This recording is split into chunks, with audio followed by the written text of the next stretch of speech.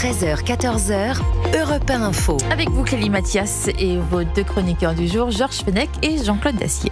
L'avocate de Salah Abdeslam, dernier membre encore en vie des attentats du 13 novembre 2015, a annoncé, c'était hier, que Salah Abdeslam, je le disais dans le journal permanent, avait exprimé la demande d'entrer en contact avec des parties civiles. C'est ce qu'on appelle une démarche de justice restaurative. Écoutez ce qu'en pense Rhys. Vous savez, Rhys, c'est le directeur de Charlie Hebdo qui a été blessé lors des attentats contre Charlie Hebdo le 7 janvier 2015. Cette démarche, je la trouve très perverse en fait, parce que la justice restaurative, c'est quelque chose qui existe pour, on va dire, les crimes de droit commun. Or, le terrorisme, c'est pas un crime de droit commun. Et en faisant cette demande, Abdeslam fait croire que le terrorisme, c'est un crime comme les autres. Ce n'est pas un crime comme les autres, qui n'a pas été jugé comme les autres, et donc c'est très pervers parce que ça cherche à banaliser les violences terroristes. Je pense que c'est un islamiste pur et dur et qu'il le restera toute sa vie. Voilà, Rhys, le directeur de Charlie Hebdo. Georges Fenech, je me tourne vers vous. Vous connaissez bien tous ces attentats du 13 novembre, ce qui s'est passé, le terrorisme aussi en général. Je rappelle que vous avez été président de la commission d'enquête sur les attentats de Paris, du Stade de France. Rhys dit le terrorisme, ce n'est pas un crime comme les autres. Pas de justice restaurative pour ce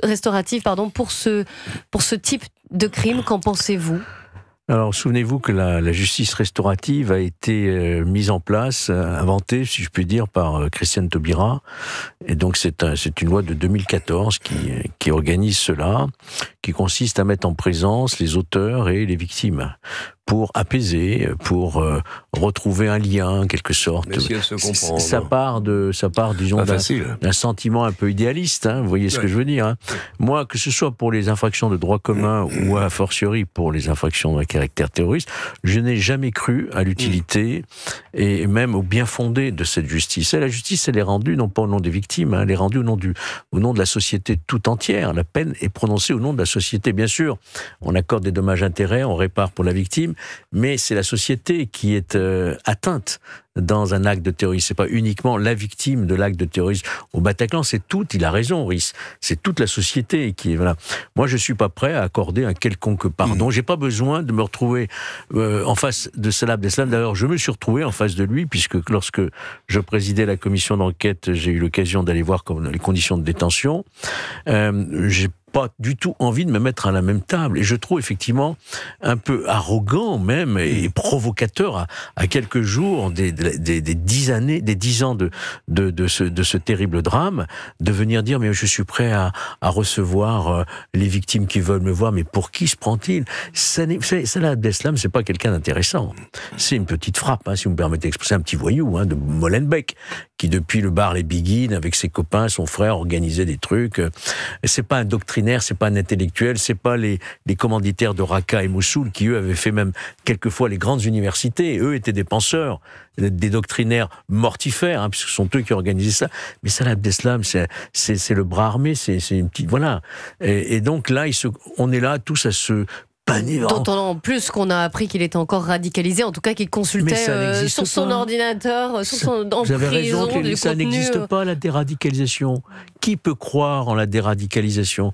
D'ailleurs, sous Manuel Valls, on avait ouvert 4 centres de déradicalisation pour déradicaliser. On a attendu le client, il n'est jamais venu, hein, et donc on a fermé les 4 centres sans que personne soit rentré. Voyez-vous, alors, ça n'existe pas, la déradicalisation. C'est une question de société, c'est une question individuelle aussi, parce que Georges Saline, père d'une victime qui était au Bataclan, lui se dit prêt. Elisabeth Boissineau, la mère de Chloé, victime aussi des attentats du 13 novembre, elle souhaiterait rencontrer Salah Abdeslam, mais elle ne croit pas à sa repentance. Écoutez ce qu'elle dit, c'était sur LCI hier soir. J'ai envie de voir si vraiment dans ses yeux, il a un remords, il a un regret, il a vraiment, comme il dit, une envie de reconstruction. Je n'y crois pas du tout. Je ne crois pas du tout que quand on a été capable de faire des massacres comme ça, on revienne 15 ans, 20 ans après en disant je vous demande pardon à tous, je ne sais pas ce que je faisais. Je ne peux pas le croire. Jean-Claude Dacier, où vous situez-vous dans ce débat ? On se souvient aussi d'Antoine Léris, un proche d'une victime, il avait perdu sa femme dans les attentats du 13 novembre, qui avait écrit ce titre « Vous n'aurez pas ma haine ». Il faut, je pense, dans cette tragédie, écouter d'abord les survivants, les familles des victimes qui seules sont autorisées éventuellement à dire pourquoi pas ouvrons le dialogue avec ça dépend, vous voyez, Rhys, lui, il dit non. Oui. Je leur laisse bien volontiers le choix qui leur appartient prioritairement. Pour le fond, je suis totalement d'accord avec Georges et avec Monsieur Rhys, le patron de Charlie Hebdo. Enfin, honnêtement, ça n'a pas de sens. Vous vous rendez compte qu'on a eu combien ? 137 138 victimes 132 massacrées plus à la terrasse consécutifs, à la terrasse de café, au Stade de France, blessés, bien sûr, au Bataclan évidemment, mais c'est effroyable. C'est une boucherie sans nom. On n'a jamais vu un truc pareil nulle part ailleurs dans le monde. Et il faudrait engager le dialogue avec Salah Abdeslam. Tant pis pour lui.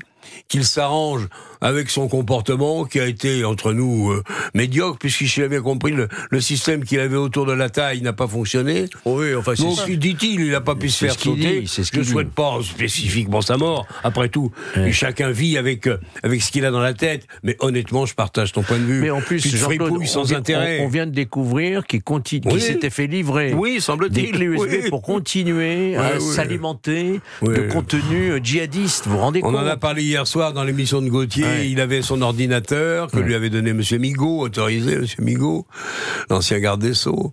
Gérald Darmanin, à son s'est marié par téléphone. Le garde des Sceaux. Et il a dit qu'il allait mettre fin. Il ne mérite aucune compassion.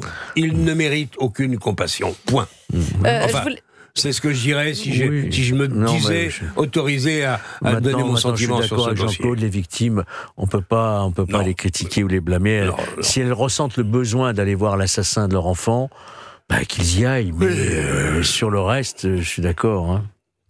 J'aimerais faire un point avec vous sur l'état de la menace actuelle. Écoutez, Arthur Desnouveaux, vous savez, lui aussi rescapé du Bataclan, président de Life for Paris, cette association, et il a mis en garde face à la radicalisation des jeunes. Il était sur notre antenne sur Europe 1 ce matin. Le vrai problème, c'est aussi de réussir à combattre l'idéologie. Parce que il est irrécupérable, parce qu'en fait, il y a plein de gens qui sont susceptibles de devenir djihadistes. Et la vraie question, elle est là. La vraie question, c'est pourquoi est-ce qu'il y a 2000 Français qui sont pas francophones, qui sont partis en Syrie au moment de la guerre ? Pourquoi est-ce qu'en fait, on a autant de jeunes gens qui se disent qu'il vaut mieux prendre les armes et aller tirer dans le dos de gens dans une salle de concert que de rester attachés à nos valeurs ? Georges Fenech. Quand je dis, il faut que j'explique un peu. Quand je dis la déradication n'existe pas, ce que je veux dire par là, c'est que vous pouvez pas changer le cerveau de quelqu'un. Et puis d'ailleurs, il a le droit d'être radicalisé, c'est pas un délit. Hein. La radicalisation, c'est quoi ? C'est être proche des racines d'une religion. Vous avez des radicalisés dans la religion juive. Hein. Les orthodoxes, je vous dis, ils sont très radicalisés. Hein. Dans la religion catholique, vous avez aussi des gens traditionnalistes, très proches des racines de la religion. Mais pour autant, ils ne commettent pas d'actes violents, voyez-vous. Donc, on parle plus, les spécialistes d'ailleurs ne parlent plus d'éradication, on parle de désengagement. C'est-à-dire, vous avez le droit d'être radicalisé, de penser que vous devez islamiser le monde, ça c'est votre affaire, mais vous ne pouvez pas utiliser la violence pour cela, voyez-vous. C'est le désengagement par rapport à la violence. Et tout ce qui est fait dans les prisons pour justement déradicaliser, en fait, c'est du désengagement. C'est leur dire, on peut pas changer ce que vous croyez, ce sont vos croyances, elles peuvent être fondamentalistes, peuvent être radicales, mais abandonner la violence. C'est là que se fait le travail, si vous voulez. Et là, je reviens sur ce qu'il dit Arthur Desnouveaux. Est-ce que ce qui choque, c'est pas le premier à le dire aussi, c'est sur la jeunesse de ces gens radicalisés, pour reprendre ce terme. Ça commence à 11, 12, 13 ans aujourd'hui. Et de plus en plus de jeunes, de plus en plus jeunes. Mais oui, on a eu plusieurs attentats qui ont été déjoués. 6 en 2025, une vingtaine en 2024, 70 depuis 2012. Et on se rend compte qu'il y a des femmes et des enfants de plus en plus jeunes. C'est ça qui interpelle. Les jeunes sont souvent séduits par les théories radicales.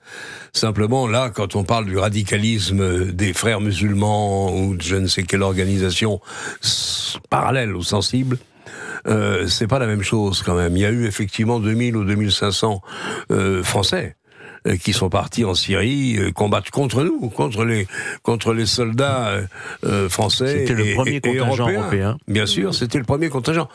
Donc on a un problème majeur, c'est qu'on a laissé les prétextes qui pouvaient à la limite, il y a 30 ans ou 40 ans, se comprendre ou se défendre. Néanmoins, nous nous retrouvons avec des millions et des millions de citoyens musulmans. Beaucoup sont, je dirais, sereins, pratiquent leur religion sans enquiquiner qui que ce soit. C'est la très grande majorité. Bah oui, c'est la majorité. On ne le sait pas trop, mais c'est la majorité. La très grande majorité. Je trouve qu'ils sont néanmoins très silencieux. Mais, nous avons quelques milliers. Je ne sais pas, il faudrait demander à la DGSE, il y a à la DGSI. 20 000 qui font partie des surveillances. Nous avons quelques dizaines de milliers, 10, 15 000, 20 000, dis-tu. 20 000, oui. Qui sont des personnages extraordinairement dangereux. Ceux-là, il ne faut leur faire aucun cadeau. Ben oui. Il va falloir que notre pays... Georges Fenech l'a rappelé, puisqu'on arrive à avoir à peu près... Ils sont surveillés par la DGSI. Alors, les résultats sont assez bons. Il faut reconnaître qu'ils ont. Il y a eu depuis quelques mois.